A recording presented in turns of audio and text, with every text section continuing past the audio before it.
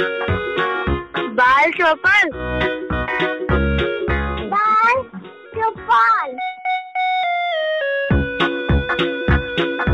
सहकार radio पर ढेर सारी मस्ती और जानकारियाँ।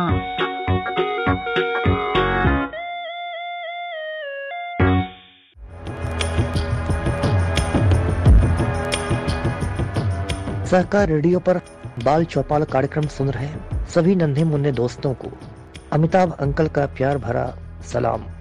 अमिताभ अंकल यानी पटना बिहार से अमिताभ कुमार दास। बच्चों, हर हफ्ते मैं तुम्हें किसी बहुत बड़े घुमक्कड़ की कहानी सुनाता हूँ। इसके पहले मैं तुम्हें Ibn Battuta, Marco Polo, Vasco डा गामा और चार्ल्स डार्विन की कहानियां सुना चुका हूँ। आज जिस घुमक्कड़ की कहानी सुनाने जा रहा हूँ उन्हें यदि हिंदुस्तान का घुमक्कड़ नंबर 1 कहा जाए तो गलत नहीं होगा। उनका नाम है महापंडित महाविद्रोही राहुल सांकृत्यायन।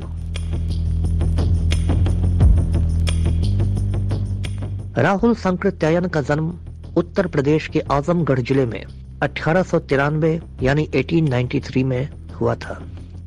उनके बचपन का नाम था केदारनाथ पांडे और जब वे बहुत छोटे थे तो उनके मम्मी पापा दोनों चल बसे। इसके बाद उनके नाना नानी ने केदारनाथ को पाला पोसा। केदारनाथ अपने बचपन में अपने गांव के ही एक मदरसे में पढ़ाई के लिए जाते थे। मदरसा उस पाठशाला को कहते हैं जहां उर्दू या अरबी में पढ़ाई की जाती है। वहां पर केदारनाथ को उर्दू का एक शेर सुनने को मिला। ये शेर मैं तुम्हें भी सुनाता हूँ।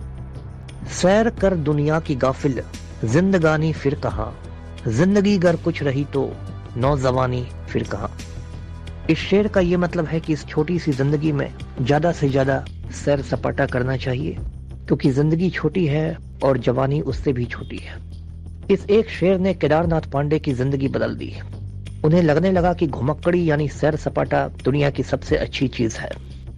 आगे चलकर वे इतने बड़े घुमक्कड़ हुए कि कुल 70 बरस की जिंदगी में 45 बरस वे घूमते ही रह गए।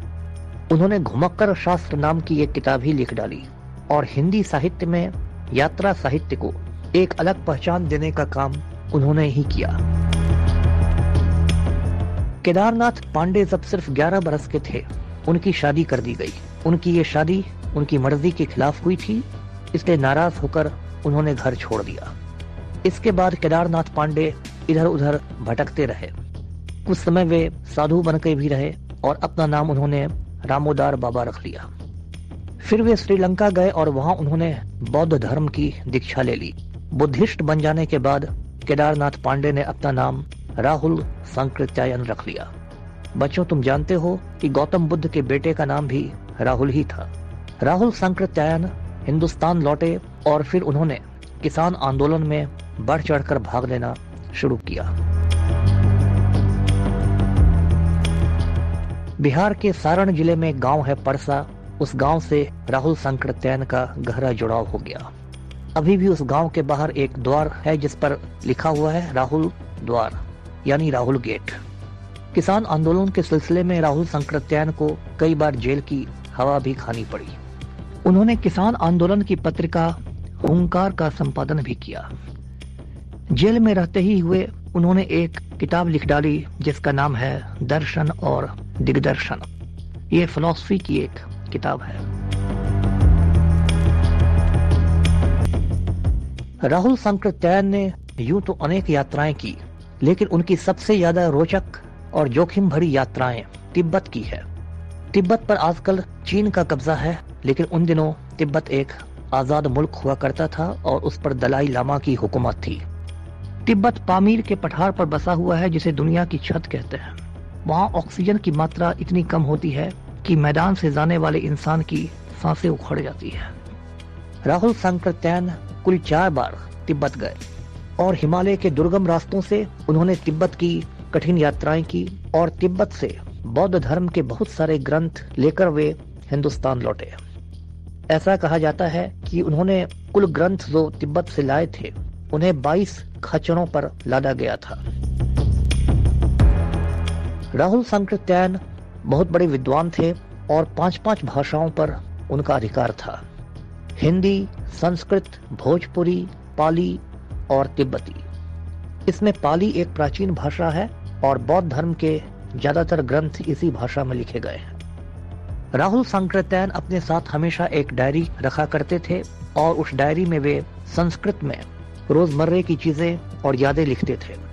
आगे चलकर इसी डायरी को आधार बनाकर उन्होंने आत्मकथा लिखी जिसका नाम है मेरी जीवन यात्रा। राहुल सांकृत्यायन इतने बड़े विद्वान थे कि काशी के विद्वानों ने एक बड़ा समारोह किया और उन्हें महापंडित की उपाधि दे दी। महापंडित यानी बहुत बड़ा विद्वान, ग्रेट स्कॉलर। इन यात्राओं के क्रम में राहुल सांकृत्यायन ने दुनिया देखी और धीरे धीरे उनका झुकाव मार्क्सवाद की ओर होते चला गया। उन्होंने ईश्वर में विश्वास खो दिया और वे कहने लगे कि धर्म दुनिया की तमाम बुराइयों की जड़ है। ऐसे विचारों की वजह से राहुल सांकृत्यायन को महाविद्रोही भी कहा गया। बच्चों, तुम्हें भी खुले दिमाग से सोचने की आदत डालनी चाहिए, क्योंकि लकीर का फकीर बने रहना कोई अच्छी बात नहीं होती। राहुल सांकृत्यायन की विद्वता को देखकर सोवियत संघ में लेनिनग्राड यूनिवर्सिटी में उन्हें प्रोफेसर बना दिया गया, जबकि राहुल सांकृत्यायन के पास कॉलेज की कोई डिग्री भी नहीं थी। लेनिनग्राड शहर रूस में मॉस्को के बाद दूसरा सबसे बड़ा शहर है और इसे सेंट पीटर्सबर्ग भी कहते हैं। तो राहुल सांकृत्यायन ने लेनिनग्राड यूनिवर्सिटी में भी अध्यापन का काम किया। इसके बाद जब वे हिंदुस्तान लौटे तो कुछ समय नैनीताल में रहने के बाद वे दार्जिलिंग में बस गए। दार्जिलिंग में उनकी तबीयत खराब रहने लगी, उन्हें डायबिटीज की बीमारी हो गई और एक दिन ऐसा आया कि वे अपनी याददाश्त भी खो बैठे। इतना बड़ा विद्वान अपनी सारी चीजें भूल गया। उन्हें इलाज के लिए मॉस्को भेजा गया, लेकिन मॉस्को में भी कोई फायदा नहीं हुआ और फिर वे दार्जिलिंग वापस आ गए, जहां 1963 में 1963 में उनकी मौत हो गई। राहुल सांकृत्यायन का पटना शहर से गहरा जुड़ाव था। पटना में उनके करीबी मित्र काशी प्रसाद जायसवाल रहते थे, जो बहुत बड़े इतिहासकार थे।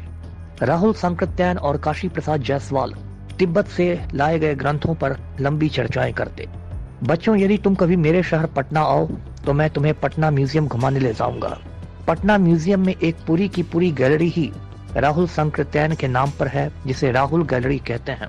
इस गैलरी में तिब्बत से लाई गई ऐसी ऐसी अनोखी चीजें हैं जिन्हें देखकर तुम दांतों तले उंगली दबा लोगे। राहुल सांकृत्यायन को जिंदगी भर बहुत सारे मान सम्मान मिले।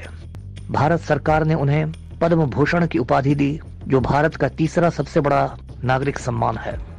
इसके अलावा उनकी पुस्तक मध्य एशिया का इतिहास पर उन्हें साहित्य अकादमी पुरस्कार भी दिया गया। तो बच्चों, ये थी घुमक्कड़ महापंडित महाविद्रोही राहुल सांकृत्यायन की कहानी। मैं चाहूंगा कि आज जब तुम सोने जाओ तो सपने में देखो कि तुम भी किसी खच्चर पर बैठकर तिब्बत का सफर कर रहे हो और तुम राहुल सांकृत्यायन की तरह ही एक बहादुर और विद्वान इंसान बनो। तो अगली बार तक के लिए अमिताभ अंकल को बाय बाय बोल दो। अलविदा।